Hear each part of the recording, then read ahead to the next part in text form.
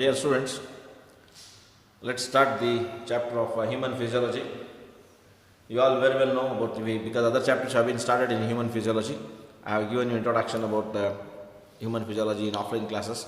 What is physiology, how it is important and all those things. Those aspects, general aspects and introductory aspects we can't cover here in the online class. So directly we will start the chapter. Other chapters have been started by other lecturers. So I will be taking up digestion, right? Digestion and absorption. Chapter is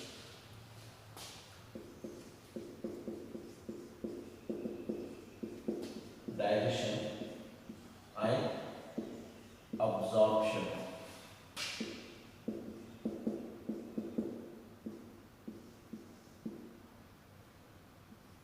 Absorption. Clear? So here in this chapter we have to study how digestion takes place, and after digestion what exactly takes place, that we are supposed to study over here. So as far as the system is concerned, before we go into the digestive system and the digestive organs, let's talk about certain terminology that we come across in case of this chapter. That is, you come across food, nutrients, right? Other terminology. So basically, this chapter is dealing about the digestion, right? What we digest, food, right? What we digest, food. Why we eat food? You all very well know, because to get energy, after that energy will be absorbed and utilized. So why do we need energy? To grow, for development, for growth and development, and for other physiological functions itself we need energy, for anatomical functions, right? For all other, for movement, locomotion, for performing other physical actions and functions we need energy. So where do we get this energy? We get from food. Now what is food? What is food? Any substance, fine, that is easily digested and releases energy is what is known as food. So when I say any substance here, it cannot be any substance here, fine, clear, but that should be easily digested. You can't eat stones because you can't digest. You can't eat wood. Why? Because you cannot digest.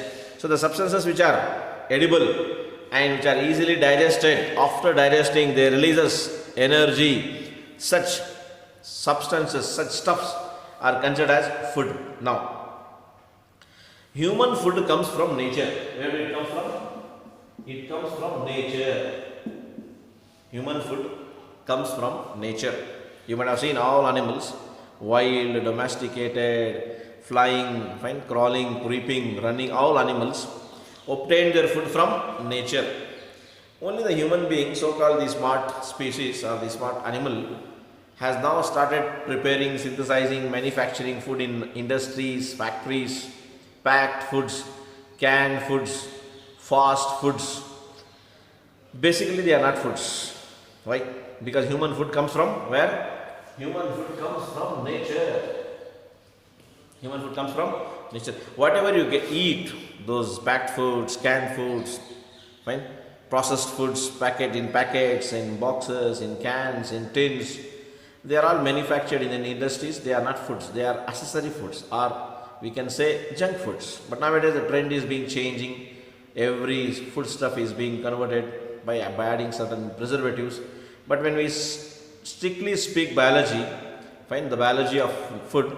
So human food comes from nature. In nature, two major sources. One is plants, and other is animals. You all very well know from plants we obtain vegetables, fruits, fine. Human beings eat roots also, fruits also, bark also, some other plants. Fine, branches, seeds, nuts, flowers, everything we eat. Seeds also we eat. Fine, other than different country.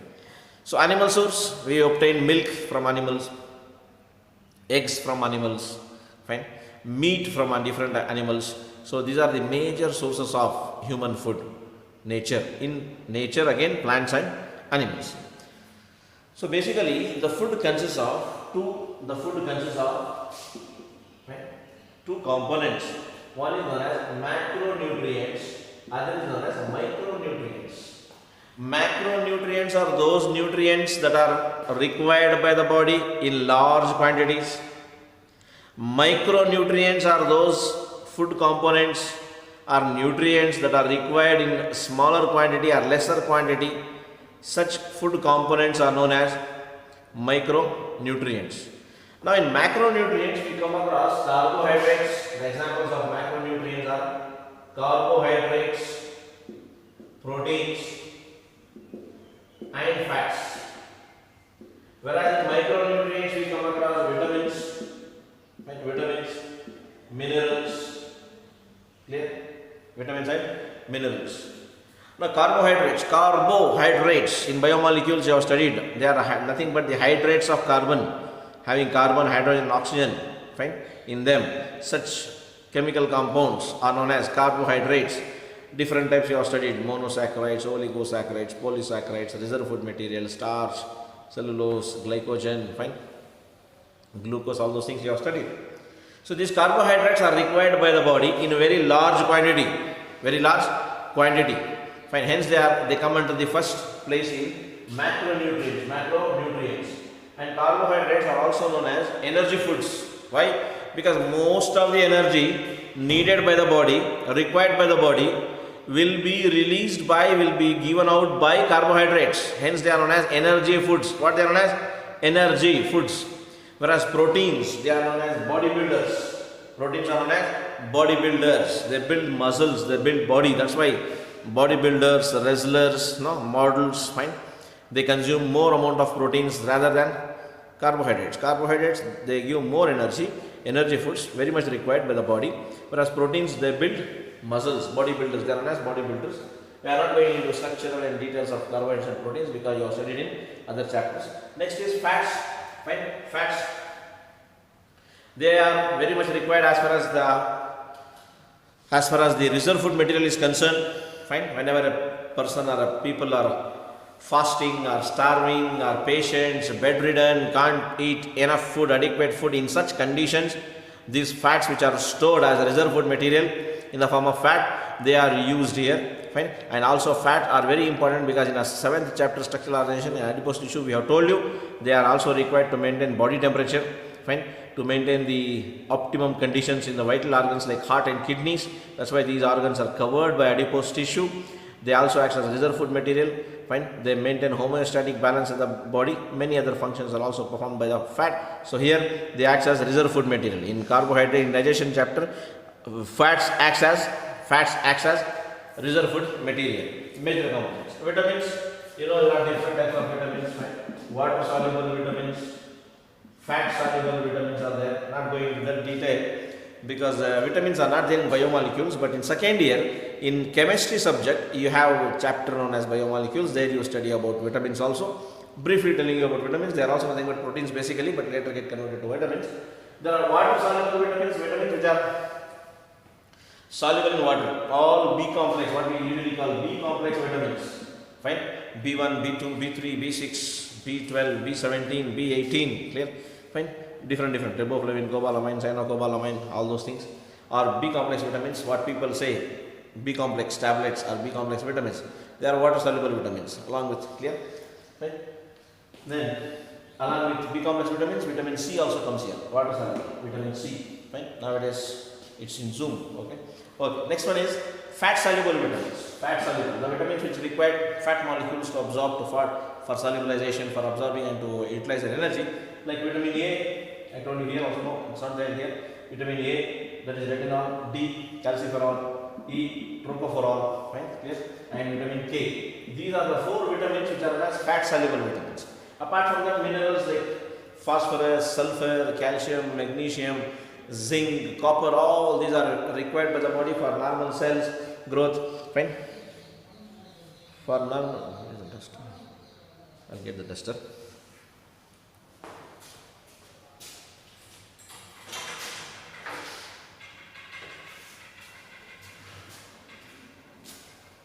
For normal cells, tissues, to maintain optimum conditions, all these minerals are required. So this is just a brief introduction about the chapter. Now we will talk about the human digestive system. Human digestive system, it consists of 2 parts. One is known as alimentary canal. It is known as alimentary canal. and the other is known as digestive glands. Digestive glands. Alimentary canal and digestive glands. Alimentary canal is nothing but all the organs that forms the digestive system is known as alimentary canal. Fine, that constitute the whole system, right from mouth, clear, till anus. So first organ is mouth. It is also referred as buccal cavity. We talk about that mouth or buccal cavity is known as oral cavity. Clear. That leads to pharynx. That leads to pharynx. Pharynx leads to esophagus. Esophagus leads to stomach. Esophagus leads to stomach. Stomach leads to small intestine. Small intestine leads to large intestine. Rectum, is it visible? Rectum and anus.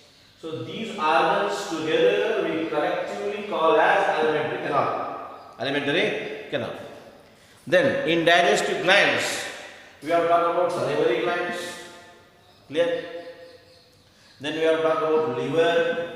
Salivary glands we are trying to cover among the mouth buccal cavity itself. The organs that are to be discussed over here is liver, right? Pancreas. Clear? Understand?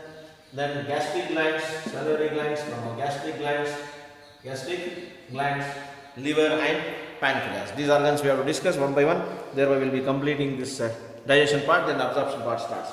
So now the first organ of the digestive system, that what we generally called as mouth, fine, generally called as mouth, clear.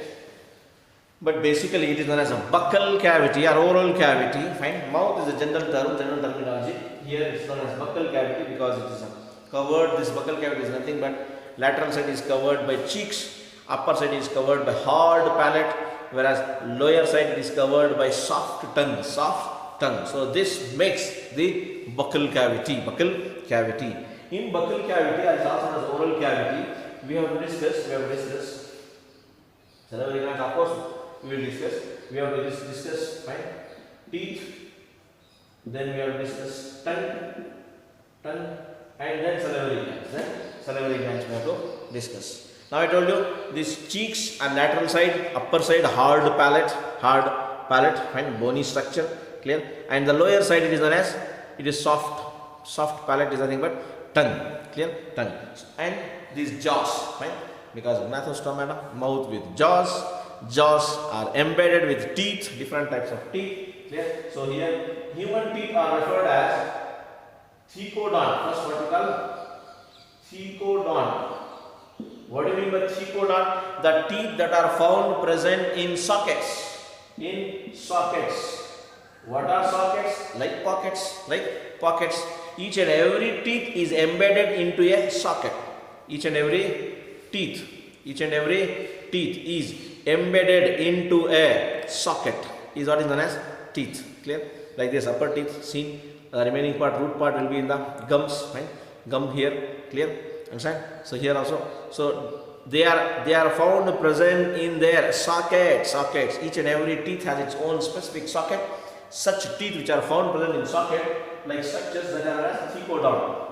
Then human teeth are also known as heterodont. What dont? Heterodont. I have told you many times, hetero refers to many or different, fine, hetero. Dont refers to, in Greek, teeth, fine, dont, same word, dentine, dental, fine, all those words are derived words of dont, fine. Heterodont, hetero, different or many, dont, teeth. Since human beings have different number of teeth and different types of teeth, different number also and different types also, we call human teeth as heterodont. Now what are those? They are known as incisors, canines, premolars and molars. So incisors are used for cutting, canines are used for tearing, premolars are used for chewing, molars are used for grinding. We have different types of teeth. I told you number also, I will read now. Fine. different types of teeth. First teeth I told you, incisors. What you see here, these flat teeth, don't look at my teeth, and also when I have a damaged teeth here, in fact. So these teeth which are above 2, below 2, right? 2, above 4, below 4, fine. So they are known as incisors. They are used for cutting. What they are used for? Cutting the food particles. Below that, beside that, you have a sharp teeth here, sharp edge, single cusp, narrow point, pointed, sharp edge, fine. That's what are known as canines. They are used for tearing. So human, this pattern of teeth proves that human is a omnivorous animal. Some of you are vegetarians, stick on to it. I am not talking against that. Some of you are non-vegetarians, fine, are omnivorous by nature. By creation, human beings are omnivorous animals because we have canines also like carnivorous animals. We have incisors also like herbivorous animals. Fine. So this our digestive system, and we cannot digest cellulose because cellulose enzyme is not produced in our digestive system, but we can digest meat and fat, all those things. So this basically, biologically, naturally, it says that it proves that human beings by nature, by creation, we are omnivorous animals. I am not going into the controversy. If you are vegetarians, of course, stick on to that. Vegetarian food is very healthy food, very good food. Of course, true, fine, clear. But vegetarian food, proteins will be little less, so increase your protein intake, like in the form of soya beans, fine, soya beans, or mushrooms, fine, clear. So that will balance. Not going into that detail, that much into that topic, fine, clear. Diet topic. Okay. Incisors are used for cutting. Canines are used for tearing. Premolars are used for chewing. Then molars are used for grinding. Completely the food has to cut or tear, then chewed and grinded, mixed with the saliva. This process is known as mechanical digestion. Why? Because we are cutting, we are tearing, we are making into small pieces. Fine, mechanical digestion along with the help of saliva and tongue. So this complete process is known as mastication. What is known as mastication? So here, incisors, canines, premolars and molars. We have different types of teeth. Incisors, how many? Clear? Fine. 2. Canine, 1. Fine. 2, 1, 2, 3. 2, 1, 2, 3 is the general formula. If you divide the mouth, fine. If you divide the mouth, right, into four parts. Right side upper jaw, right side lower jaw, left side upper jaw, left side lower jaw. Here 2, 1, 2, 3. How much is equal to 3 plus 2, 5, 5 plus 3, 8. Here 8. Here again 2, 1, 2, 3. How much? 8. 2, 1, 2, 3. 8. 2, 1, 2, 3. How much? 8. 8 plus 8, upper jaw 16, lower jaw 16, all together 32 teeth. Adult human being will have 32 teeth. So the dental formula of human being is 2, 1, 2, 3 by 2, 1, 2, 3 into 2 is what is known as the dental formula, dental formula of adult human being. Whereas in children, you don't come across premolars. In children, this will be 0. So in premolars will not be there in children. So they will be having only 20 teeth. Children will have 20, adults will have 32 teeth. So if they ask in NEET, how many number of teeth appear twice in your age? 20.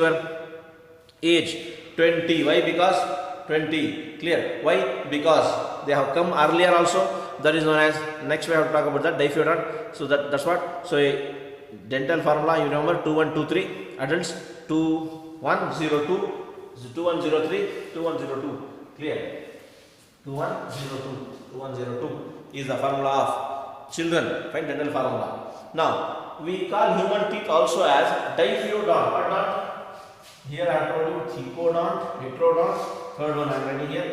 Is it visible? Yes. Diphyodont. Di refers to 2 here. Since human being gets in their lifetime, they get 2 sets of teeth.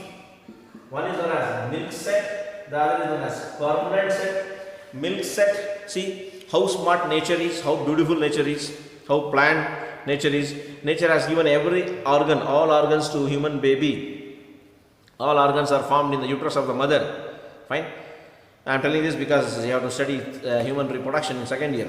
So all organs are formed. Like for example, gonads, they are required, they are functional only after puberty, only after sexual maturity, puberty. But yet they are formed, they are given. Whereas teeth are not formed. Their teeth are not formed, not seen, they are not present. Why? Because immediately after birth, the baby has to suck the milk. Suck the milk. It is known as sucking. Through gums and lips, it is known as sucking. If their teeth are there, it is not known as sucking, it is known as biting. It is known as biting. So, nature is so well planned. Nature is so well planned, fine, so smart that it has not given teeth in the beginning of the, immediately after birth. After birth, around after 6 months of age, slowly teeth start coming, because at that time till 6 months, it will become, the baby will be completely depend on the mother's milk. Fine. After 6 months, it also starts feeding on other things also. Digestion will also develop, teeth will also come. Similarly, fine, synchronized function takes place in the mother. In the mother also, the quantity of milk also decreases. Fine, we'll talk about that in human reproduction in the second year, all those things. So, after 6 months in the child, the small teeth starts appearing. They are known as milk set. Milk set. There, you don't come across premolars. Fine. So, the adult formula will be like how I have shown here 2, 1, 2, 3. It will be 2, 1, 0, 2. So, clear. Slowly, from 6 months onwards or 7 months onwards, they start coming, and after that, 6 years or 7 years onwards, they start falling. How beautiful, how planned nature is. One by one they come, one by one they fall. All teeth at once, 20 teeth at once won't come. It will be a horror baby, fine, if it comes. Fine. One by one they come, one by one they fall. After 6 years or 7 years, they start falling till 11 years, 12 years. Then again, they are replaced by permanent set. Permanent set. So-called permanent set, but till then they are also won't be there. But this is known as permanent set. Milk set and permanent set. So that's why it is known as diphyodont, 2 sets. So here we have completed about teeth. We'll try to talk about tongue also. And so we'll try to talk about what is that? Salivary glands most probably in this session. So then, so that we can complete buccal cavity at least. Right? Next one is tongue. You all very well know it's soft palate. What is it? Soft palate. Right? Very soft tissue. Very soft tissue. Clear? Understand? It is consists of papillae. What is the papillae? So papillae are nothing but wherein you find taste buds. Wherein you find taste buds. Fine. There are 3 types of papillae. 3 types of papillae. Circumvallate papillae. Circumvallate papillae, fungiform papillae, fungiform papillae, filiform papillae. Clear? So circumvallate papillae are circular, semicircular, fungiform are like mushroom-like, dome-like, fine, and filiform papillae are like filamentous-like. So these are the different types of papillae that are found present in the tongue. They are responsible for tasting different tastes. Have a different taste for a change, right? Different tastes, right? Sweet, sour, bitter, hot. English is a funny language. For hot is used for both spicy also and for having high temperature also. Funny language, right? Hot. So tongue, fine, soft palate, clear? And now, fine, we'll talk about salivary glands. We'll talk about salivary glands. There are 3 pairs of salivary glands. That means salivary glands are nothing but exocrine glands. They are the type of exocrine glands. You all very well know exocrine glands are glands with ducts. Fine. And then they say whatever they secrete will be always enzymes. And what are enzymes? They are biocatalysts. They increase the rate of reaction, positive catalyst, they decrease the rate of reaction, negative catalyst, without undergoing any change in themselves. What is known as catalyst? Enzymes are biocatalysts since they are produced by living animals, plants, biocatalysts. Right? Salivary glands are they are the classical type of exocrine glands. Right? Salivary glands are of 3 types in human beings. Right? One is known as parotid gland. Neat point. This is the largest gland of salivary gland. Remember, neat point. Parotid gland found present near the ear. Rhyming words I am using so that you can remember. Near the ear. Right? Near the ear. They are connected by Walton's duct. Next pair. Here also pair of parotid glands. Pair of sublingual glands. Lingual. Lingual refers to tongue. Lingual, linguistic language. They are all derived from Latin. So lingual, sub, below. Below the tongue there are salivary glands. You may realize whenever we say some food items, fine, from the tongue, below the tongue, the saliva comes. Saliva comes. Sublingual, pair of sublingual glands. Fine. Then pair of submaxillary or submandibular at the junction of the jaws. Junction of the jaws. You try to remember the names also and the location also. Parotid near the ear. Sublingual below the tongue. Submaxillary or submandibular at the junction of the jaws. Junction of the jaws here. At the junction of where upper jaw, lower jaw they combine. At those junctions these glands are present. They produce saliva. Whenever you see food item or hear about food item, when you taste, when you smell food item or when you touch food item, you produce saliva. Don't say you don't produce. If you don't produce, you are abnormal. So you do produce saliva. Production of saliva is a natural aspect. 1 to 1.5 liter of saliva should be produced by every person, every adult, normal, healthy person every day. Fine, clear. This saliva consists of salivary amylase, enzyme, lysozyme. We'll talk in the second year 8th chapter. Antibacterial. Fine. In immunity, first in the body defense, antibacterial enzyme, lysozyme. It lies the, breaks the cell wall of the bacteria. Zyme. Salivary amylase secreted from saliva. Amylase enzyme that digests amylose part of the starch. We'll talk about that. Fine. Next, it is slightly acidic. 90 to 95% of saliva is water. Clear. Then it has salivary amylase. Fine. Slightly acidic in nature. Clear. So this is about the buccal cavity. Fine. In the next class, we'll talk about easily we can complete 2-3 organs like esophagus, pharynx, esophagus, and stomach.